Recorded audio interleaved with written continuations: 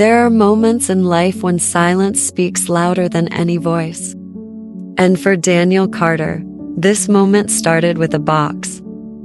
A box that had stayed in touch since the day he buried his wife. Daniel had never been the type to dwell in the past, but grief has a cruel way of anchoring your heart in yesterday. A year had passed since Lily's funeral, yet every corner of the house whispered her name. That afternoon, his best friend Evan had stopped by, as he usually did every Sunday. "You ever gonna sort through her things, man?" Evan asked carefully, watching his friend sip stale coffee. Daniel let out a tired chuckle. "I can't. I'm not ready." But Evan, knowing the weight grief could place on a person, placed a hand on his shoulder and said, "Sometimes the only way forward is through."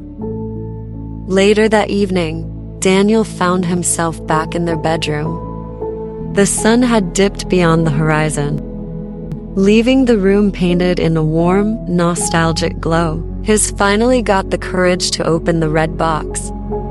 Inside were trinkets, dried flowers from their first date, movie tickets from rainy afternoons, a photo booth strip where both their faces were the kind of smiles that only came from knowing you'd found your person.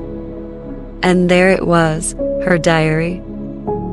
The scent of her favorite lavender lotion still lingered on the pages, almost like she had left a piece of herself trapped inside. Slowly, he flipped through the pages. Memories danced back into his mind. Lily sitting on their couch, hair in a messy bun, scribbling away in her diary. She'd always pause mid-sentence to flash him a smile. "Writing another one of your poems?" He'd tease. "Maybe," she'd reply, with that twinkle in her eye. "Or maybe I'm just writing down all the things I'm too scared to say out loud." A folded piece of paper slipped from between the pages and landed on the floor. It wasn't dated, just her handwriting, neat but slightly rushed, like she wrote it in a hurry. The first line made his chest tighten. "If you're reading this, I'm probably not by your side anymore." The note wasn't long, but every word was heavy. She wrote about knowing her time was running out, her regrets, her love, and her hopes for him. "Daniel, I know you. You'll shut yourself away, thinking the world is over. But please, let me go. Don't waste your life standing still when there's still so much left for you to feel, to see, and to love." Tears blurred the words. The next morning, he met Evan at their usual coffee spot. Without a word, he slid the note across the table.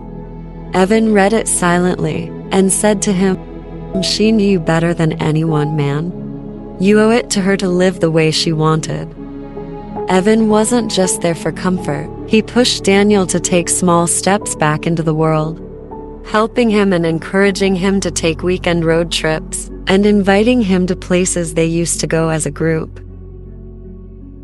It was one quiet evening, sitting on their favorite park bench, that Daniel realized he wasn't feeling the sharp ache of loss the same way anymore.